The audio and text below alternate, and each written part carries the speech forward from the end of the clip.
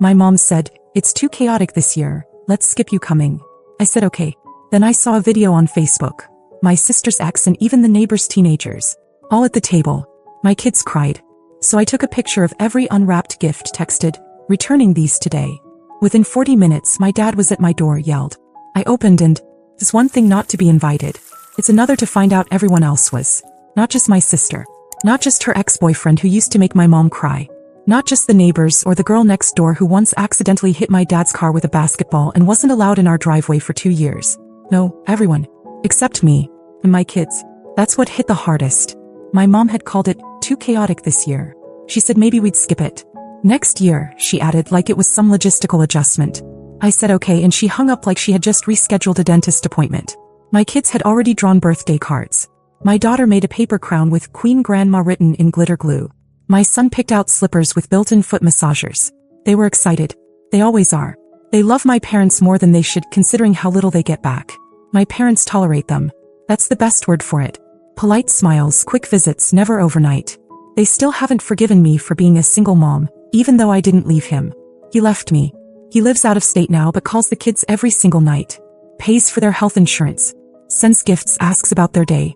He doesn't speak to me much, but he never disappears on them. And yet somehow in my mom's eyes that makes me the failure. I thought this year would be different. I'd been planning her birthday gift since March. It was a set of gold jewelry, necklace, bracelet, earrings. $7,800. I skipped everything for it. Coffee shops, clothes, dinners out. I clipped coupons like it was my job. I wore the same boots with a hole in the sole through April. But I didn't touch a single dollar from the kids' fund. They had what they needed. I just figured if I gave her something unforgettable, maybe I'd finally be seen again. The day before her birthday I didn't hear anything. Then that night my cousin sent me a video. It was already up on Facebook. My mom was sitting at the head of the table, blowing out candles on her favorite lemon cake. My sister was on one side. Her ex, the one my mom used to say she couldn't stand, was beside her. Their baby in a high chair. The neighbor's teenage kids. Even a coworker from mom's old job who I haven't seen in 10 years. Everyone but us. The table was set with the gold-rimmed plates she only uses when she wants to impress. Her best linens. The flower arrangement I'd sent her that morning was sitting at the far end of the table. I spotted the cards still in it, unopened. I didn't cry. I didn't even call her. I waited until the kids went to sleep and then I took out every single gift we'd wrapped for her, for my dad, for my sister's baby. I unwrapped them. I laid them all out. I took a photo. Sent it to the family group chat. Texted, "Returning these today." 40 minutes later my dad was pounding on my door. "Are you out of your mind?" he shouted. I opened the door. He stormed in without waiting. Looked at the unwrapped gifts like I'd smashed something holy. He didn't ask about the kids. Didn't ask how I found out. Didn't apologize. Just said, "You don't embarrass the family like this." I said, "You invited the whole neighborhood and left us out." His face didn't change. Just shrugged and said, "We needed things to be quiet this year. With your sister visiting." Then he walked out. No explanation. No defense. Nothing for the grandkids watching from the stairs. The next morning I drove to the jeweler and gave them back the gold set. I didn't even ask for the full refund. Told them to restock it. Something in me shut off that night. And it's not coming back. After I returned the jewelry I thought maybe that would be the end of it. Maybe they'd just ice me out like usual, pretend I overreacted, move on like nothing happened. But that's not what happened. It started with silence.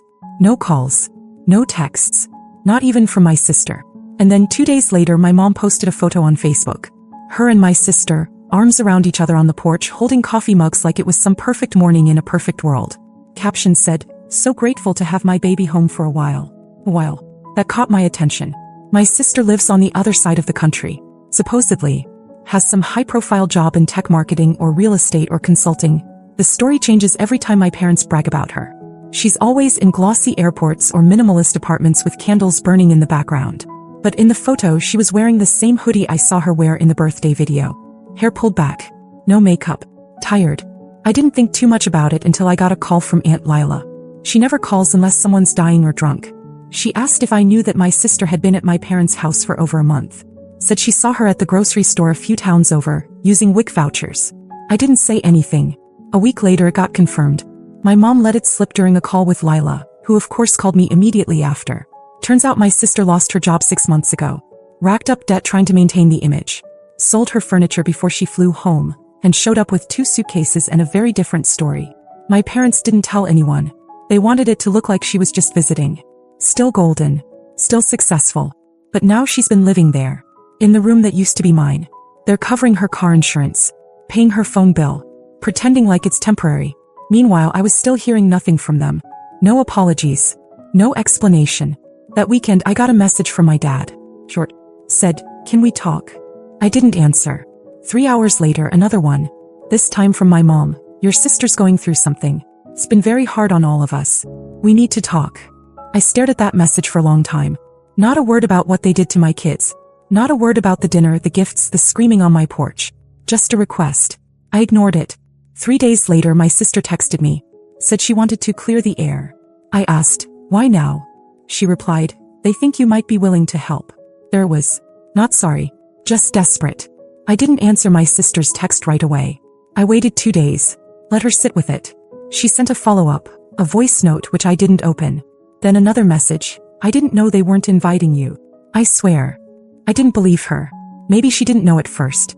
But she definitely knew once the food was being passed around the table and my kids weren't there. She knew when my chair sat empty. Still, I replied, "What is it that they want?" She wrote back, "I think they want you to help me. Financially." Just like that. No easing into it. No pretending they wanted to fix things. I almost laughed. They wanted money. From the daughter they told to stay away. From the daughter whose kids weren't even good enough to sit at the table. I didn't reply. Instead, I texted my mom and said we could talk, in person. She replied with, "Oh, thank God. Your dad and I were hoping we could all move past this." She said they'd be over that weekend. I told her I'd cook. When they showed up, my mom brought a pie. My dad brought nothing but his usual self-righteousness. They walked in like nothing happened, said hi to the kids. My daughter clung to me. My son didn't look up from his tablet. We sat down. I served lunch. We made small talk. Then my mom sighed and said, "You know your sister's situation. She's been having a rough time. It's not her fault the company downsized. We were hoping you could, maybe just help her get back on her feet." I nodded like I was considering it, like I was feeling charitable. Then I said, "Sure. I'll help her find a job." She blinked. "Well, yes. But we meant maybe something more immediate. Like rent. Groceries. Or maybe something to help her get her car back in shape." I smiled. "Helping her find a job is immediate." My dad cut in, voice clipped. "She's not used to working that kind of job. She needs something that matches her background." I said, "She can match whatever she's got left." They went quiet for a while. My mom looked around the room like it would give her some leverage. Saw the new couch. The updated kitchen tiles. All paid for with my money. My work. My choices. Then she said it. "If you're going to be like this, we'll just have to get by without your help." I stood up. Took her pie. Set it gently in the trash. "Hey," I said. They left without another word. That night I emailed a friend who works in staffing. Told her I had a candidate with a college degree and some gaps in employment. Asked if she had anything. Customer service, admin, reception, retail. Didn't matter. Just something. My sister started the job 2 weeks later. Entry level. No remote options. I didn't tell my parents I had arranged it. They thought it was luck. Until the day my mom called and said, "You really aren't going to help us, are you?" I said, "You mean money?" She said, "Anything." I said, "No." 2 days later I got a letter. A real mailed letter. They said they were disowning me. Said I was cruel. That I had abandoned family when they needed me most. That's when I remembered the Lexus. They really thought I forgot about the car. A year and a half ago, when my dad's old truck finally died, he called me in a panic. Said he needed help, just short term. My husband and I weren't officially divorced yet, and he was feeling generous that month.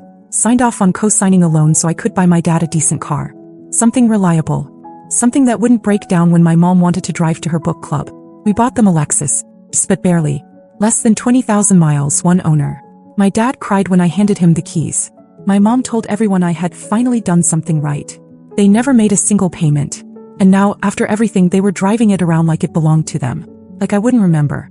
So when the letter came saying I was disowned, I didn't cry. I laughed. Then I called the loan company. Turns out the Lexus was still in my name. Fully. I never transferred the title.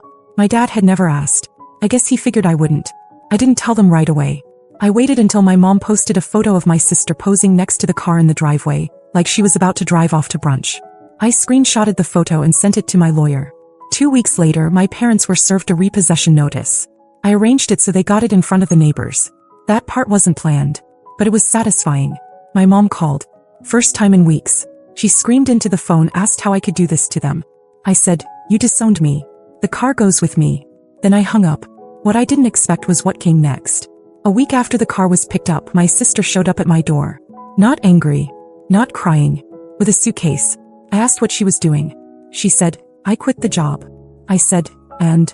She looked me straight in the eye and said, I want to stay here with you. I want to start over. I laughed. I told her I had 2 kids and no spare room. She said, I can sleep on the floor. That's when she told me something I didn't see coming. She was pregnant. And the father? Not her ex. Not anyone she wanted to name. My mom didn't know.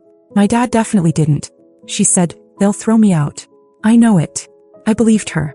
And for the first time in years, I saw my sister as something other than golden. I saw her scared. And that complicated everything. She stayed on the couch that night. No questions, no promises. I gave her a blanket, a pillow, and a towel. She didn't ask for more. My kids were confused. My daughter whispered, why is Auntie sleeping in the living room? I just said she needed a place to rest. By the 3rd night, she was helping with homework and unloading the dishwasher. Not because I asked, she just did it. She didn't talk much, and when she did, it was mostly small things. Cravings, back pain, regrets. I didn't ask who the father was again. I didn't care. Then the show started. It began with my parents posting old photos of her from better days. Then came the long self-pitying posts. How they were grieving a daughter who turned away from them, and praying for healing in our broken family. They wrote like they were victims of a natural disaster. My mom even said something about how they had nothing left but each other. The best part? She included the Lexus in the list of what they'd lost. They started calling relatives, friends, even people from church. Spinning stories about me, how I'd changed, how I was influenced by bitterness. My aunt called and asked why I'd stolen the car. I sent her the title paperwork. Silence after that. But then the doorbell rang. It was my mom. She looked straight through me and said she was here to see her daughter. Not me. The real one. My sister was in the kitchen holding a bowl of cereal. When she heard the voice, she froze. She whispered, don't let her in. I didn't. My mom said, you're making a mistake. This is family. I said, you disowned me. You can't walk that back now. She left. The next day my sister got a call. My dad, angry, said she betrayed them. Said she was ungrateful. Said she needed to come home, that they'd forgive her if she fixed things with me. She hung up and said, they're not scared I left. They're scared I told you everything. I nodded. Then she said, I want to keep the baby. But I can't do this alone. I didn't answer right away. Later that night she sat on the edge of the couch and asked if I hated her. I said, not anymore. But I don't trust you yet. She said, that's fair. He meant it. The next morning I got an alert. A post from my mom. A blurry photo of her standing next to an old pickup truck in a dealership lot. Caption, New Beginnings. A family friend commented, what happened to the Lexus? My mom replied, ask Grace. So I did. I left a comment right underneath it. Sold it. Paid off the loan. Used the rest for my kids. I didn't get a reply, but she read it. I know she did. The Lexus sold fast. Low miles, clean title, solid interest. A man from 2 towns overpaid in full and drove it off with a grin like he'd won something. I watched from my window, not smiling, not sad, just still. I used part of the money to finish off the loan. The rest went into savings, the kids' college fund, and a little side envelope I labeled whatever comes next. My sister was still on the couch. She got a part-time job working at a baby store. Minimum wage, folding onesies, stocking pacifiers, sweeping aisles. It wasn't glamorous, but she was never late. Not once. She stopped complaining. We didn't talk about the past. She didn't bring up her ex or the baby's father. I didn't ask. We made it through meals and errands and quiet evenings with kids' shows playing too loud. For the first time in years, our silence wasn't cruel. It was mutual. Then my parents started showing up in places they knew I might be. At the kids' soccer field. At the same grocery store. Never said anything. Just made sure I saw them. And then the messages started again. Not to me. To the kids. Birthday cards started arriving again with gift cards inside. A doll for my daughter. A science kit for my son. Signed, Love Grandma and Grandpa. No return address. No note to me. My son asked if we could visit them. I said, we'll see. Then came the worst one. A letter, typed, from my mom. Said she was sorry for how things turned out. Not for what they did. Not for lying. Just for the outcome. And then came the kicker, they wanted to meet. Said they wanted to clear the air, start over, and that they miss their family. My sister read it. She handed it back and said, they think I'm your ticket. I nodded. But I'm not going backward. So I wrote one final letter. I didn't curse. I didn't accuse. I said this. I'm glad you love your version of family. I'm building mine. But it won't include people who only see my children as footnotes. You can explain that however you want. I'm not going to explain myself anymore. And then I blocked them. Phone. social media, everything. That night my daughter climbed into my lap and said, "Grandma forgot about us, didn't she?" I said, "No. She just didn't know how to treat you right." She nodded, like she understood more than she should have. We never saw the pickup truck. My mom stopped posting pictures. My dad apparently told people I ruined their life. But something changed because people stopped believing them. Relatives started reaching out, quietly, saying they were sorry, that they didn't know everything, that they should have asked. I didn't want their sympathy. I just wanted peace. And that's exactly what I kept. No more doorbells. No more begging. No more performances. Just me, my kids, my sister, and a different kind of family. One that isn't built on shame, but one we built ourselves. It's been 2 weeks since I cut them off for good. I really thought that would be the end of it. I imagined peace, some quiet evenings, a routine. Nothing dramatic. But then last Wednesday I got a knock on the door around 9 p.m. It wasn't my parents. It was the wife of the man who bought the Lexus. She looked confused. Said she didn't mean to bother me but wanted to ask some questions. Apparently, a week after he drove it home he started getting notes on his windshield. At work, at the grocery store, even at his kids' school pickup. Things like, "You don't deserve that car. That's not yours. This was a gift and you stole it." All unsigned. She asked me if anyone in my life might have a problem with the car being sold. I said, "Yes, but I don't think it'll happen again." He believed me. Then 2 days ago my sister got a call from an old friend. Someone she hadn't talked to in a year. Apparently, our mom's been telling people she was lured away by me. That she was pregnant with some stranger's baby, and that I was manipulating her for revenge. Classic projection. That would have hurt maybe a month ago, but not now. Because the truth is, my sister's still here.